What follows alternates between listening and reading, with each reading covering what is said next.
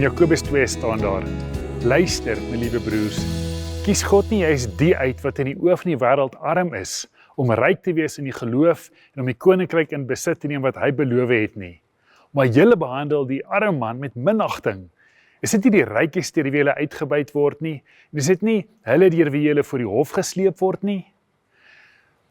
Nou het jy ooit by 'n plek ingestap, en soos of jy instap, kan jy dadelik die mense begin opsom. Ons is nogals goed daarmee. Ons kan sien, kyk na hulle kleredrag, kyk hoor hoe hulle praat, luister na hulle aksent, kyk na hulle velkleur, kyk net wat se kar het hulle aangekom.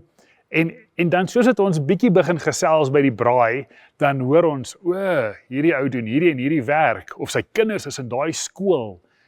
En wat ons doen in ons binnekant, is ons begin mense in kategorieë te sit. En ons het hierdie kuns al bemeester deur die jare. En soos ons die kategorieë bou, dink ons, hierdie persoon is ryk, daai een is arm.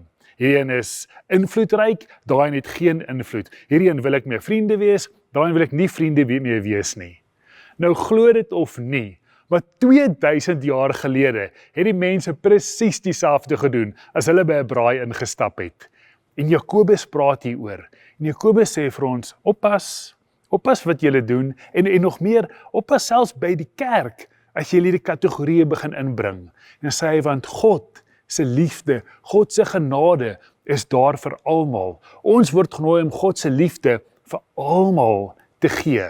Vir die skoonmaker, vir die petroljoggie, vir die CEO, vir die weduwee, en dan maak hy 'n lys. En ons word uitgenooi om nie te dink oor ons kategorieë. En ek het uit jou groot geword, het op 'n stadium met kerke daarvan gehou om seeker sensitive te wees. Dis hy, kom ons maak die evangelie oop vir almal. Daar's iets hiervan, want Jakobus ons uitnooi. En in elk geval sê hy dan op die einde, net so laaste spyker in te kap, sê hy, julle kategorieë is in elk geval gewoonlik heeltemal verkeerd. Het God nie al baie keer juist die wat arm in die oë van die wêreld is, gebruik om groot werk in sy koninkryk te doen? En is dit nie juist die rykes deur wie hulle uitgebuit word nie? Hy nooi ons om anders te kyk na mense. So ek wil vir jou uitnooi, baie prakties, in jou lewe, wees daar wat net so bietjie aan die buitekant is, wat nie in jou kategorieë val nie. Dalk is dit die buurman twee huise in die straat af, of dalk is dit iemand wat in die dorp bly, of dalk is dit iemand in die kantoor langs aan, maar om uit te reik na mense buitekant ons kategorieë, om hulle in te nooi, om iets van God se liefde vir hulle te wys, en ook toe te laat, dat die koninkryk en die liefde van God deur ons na hulle toe gaan, want op 'n besondere manier stap God ook 'n pad met hulle. Kom ons sluit die oor en bid ons saam.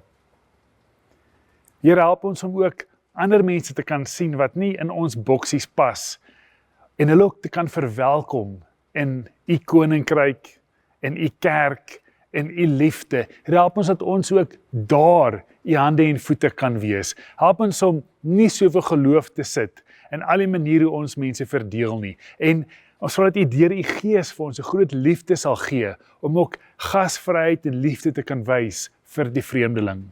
Ons bid dit in Jesus se naam. Amen.